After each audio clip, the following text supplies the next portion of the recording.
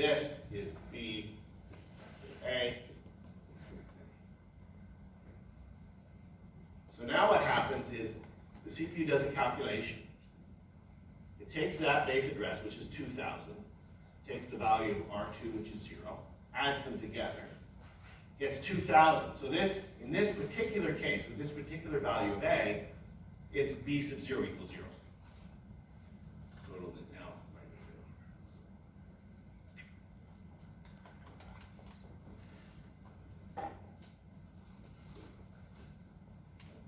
That makes sense?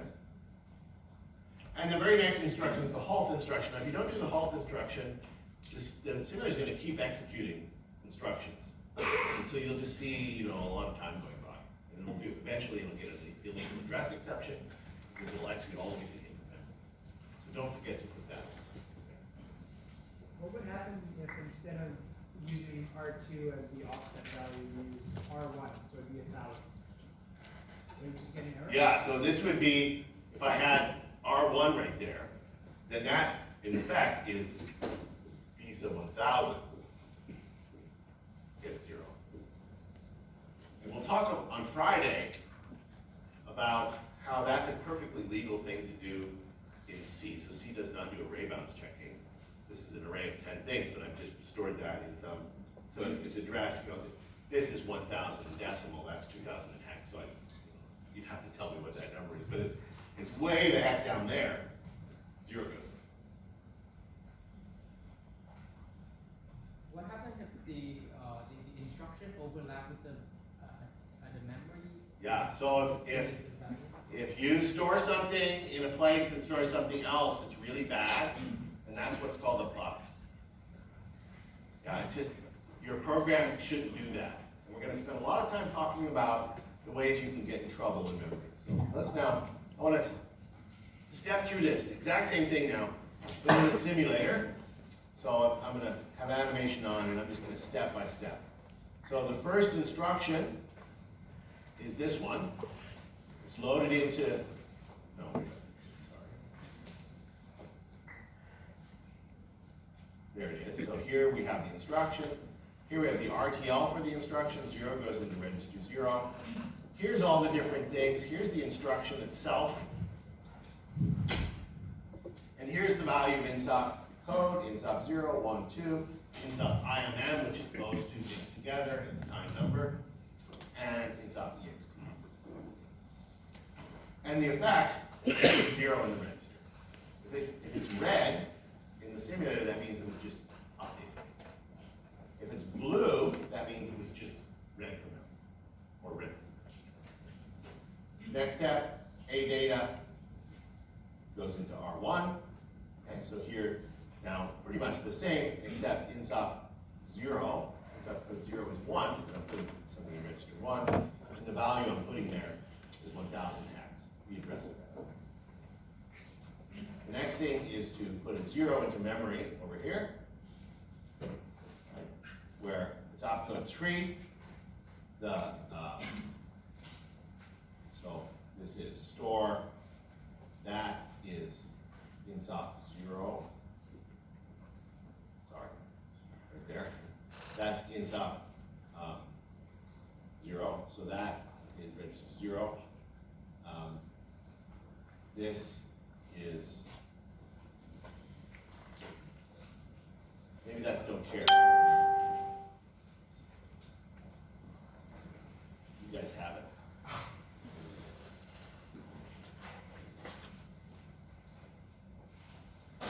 Oh, it's the offset, right? So if that 0 is there, then register 0 and register 1. You also see that if you wanted it, you can read that as an immediate one. In this case, we don't do that. So now I have changed that location in memory. Step again. The no-op does nothing. Step again. I'm putting the address to the value of A into register 1. If I were to change this, let's just change this to be 1. I'm going to double click here to go back to that instruction and do that again.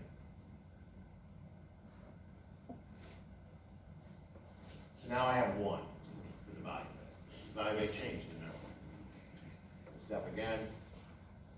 And now the base address of the array in register 3. So base index, that should be offset 4, it's scaled by 4. So this now should become what?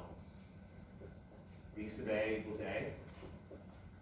So in this case, A is 1, so B sub 1 equals 1. So I should see 1.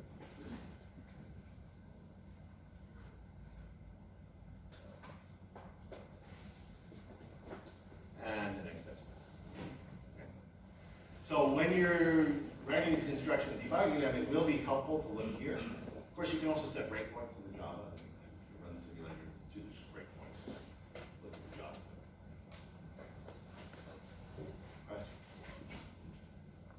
Okay. So let's move on now to dynamic arrays. So still a global variable. In Java, a dynamic array is expressed like this. So you declare the array with square brackets. You say B, it's not an int, it's an array of ints, it's a reference. And initially, it doesn't reference any array. If you wanted to reference an array dynamically, you have to create an array. So you say new, and then the type of the array elements. In this case, it's one of the base types, but that could be a class name. And then square bracket, how many you want.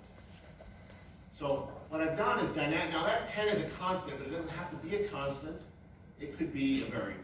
It would have to be in code right here. That's in the static context. That would be a constant. But I could have another statement someplace else in the program that says this, B equals new in 20, and we would write this like this. That changes B. B now stores references during 20 things. And the value of B represents a reference to the array. That can change anytime during the execution of the program. Just like any value can. But once you've said, okay, here's an array of 20 things, you can't make it bigger. You can make a new one with a different size. But once it's created, you're stuck with that size. Okay? Okay, same thing in C, just like totally weird. Okay, so in C, we declare dynamic arrays like this, with a star. So star in C and C++ refers to a pointer, which is just this kind of C and machine language name for a reference. So that variable B is like this. B is the value, the variable with the value. The value of that variable is a memory address, which will represent as a pointer to whatever, that memory address refers to. Like all variables, it has an initial value. For global variables, the initial value is 0. So initially, B is null.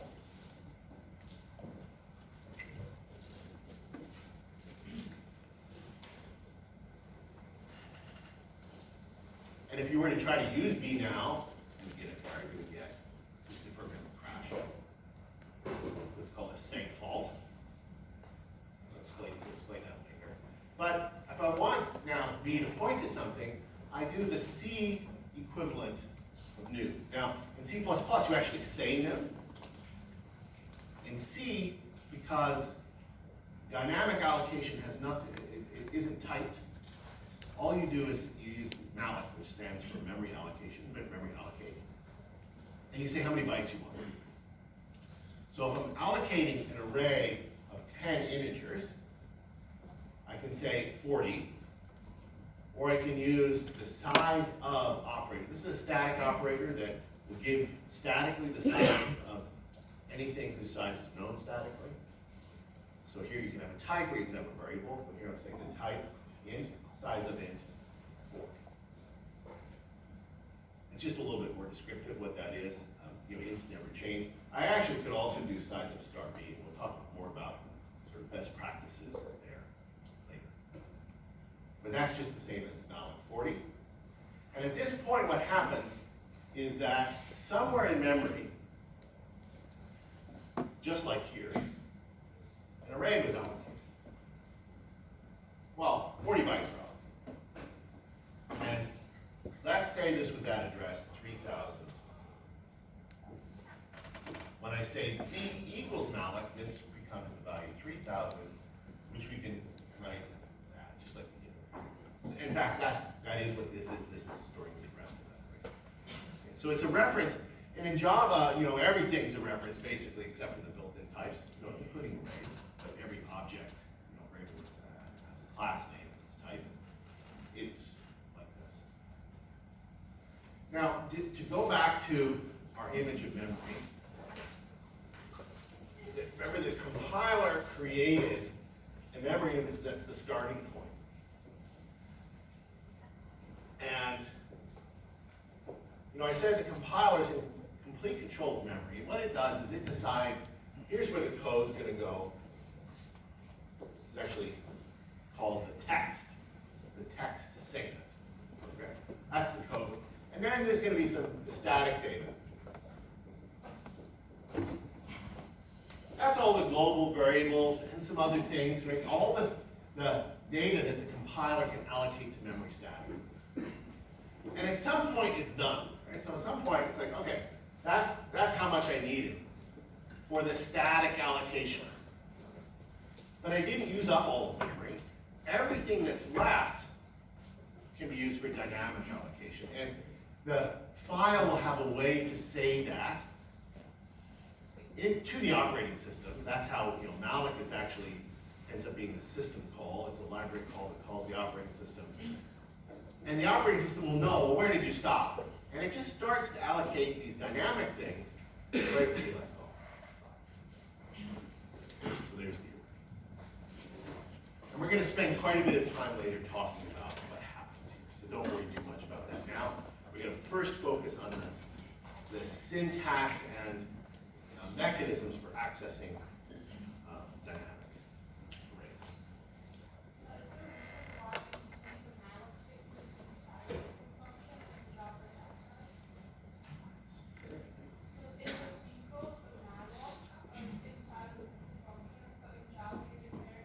Oh, right. So up here, this, because it's a static variable, if you want to have a static initializer, you either put it there or you put it in a static method. It could be in a static main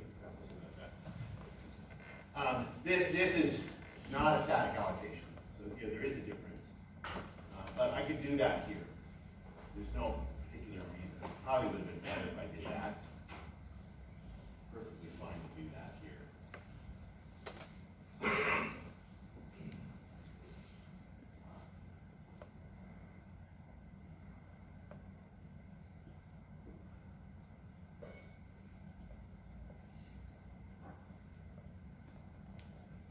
Okay? That's better.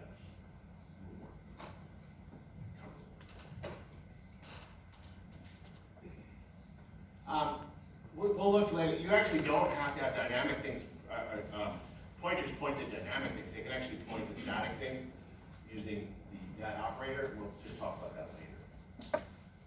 Okay, so if we look at now memory allocation in the case of a dynamic array, what the compiler is able to do is allocate this B. But it can't allocate the array, right? Because the array is going to be allocated dynamically. So we can draw that like this.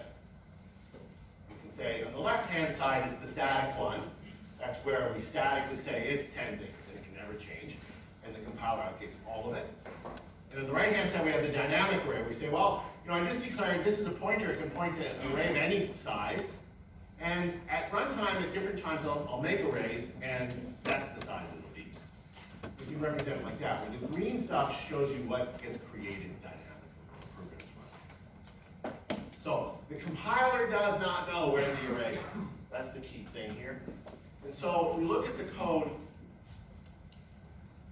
for accessing an element of a static array, you know that involves getting the base address adding the index to it.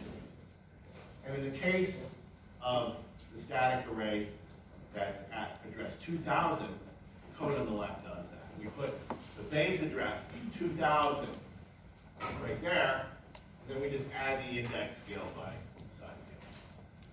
But in the case of the dynamic array, what's at 2000 is not the array, it's the address of the array. And so we need one additional instruction, that's a memory access, to read this value. The base of this array is 3000, a number the compiler does not know. So therefore, must generate code to read it from them. So now you can see a little bit of a trade-off between static arrays and dynamic arrays. What's better about static arrays? Fewer memory access. Remember, memory access can be really slow. So this potentially is quite a bit faster than the one on the left. Okay, so we'll continue talking about this next time, including thinking about the advantages of dynamic arrays and then issues that arise. Keep writing.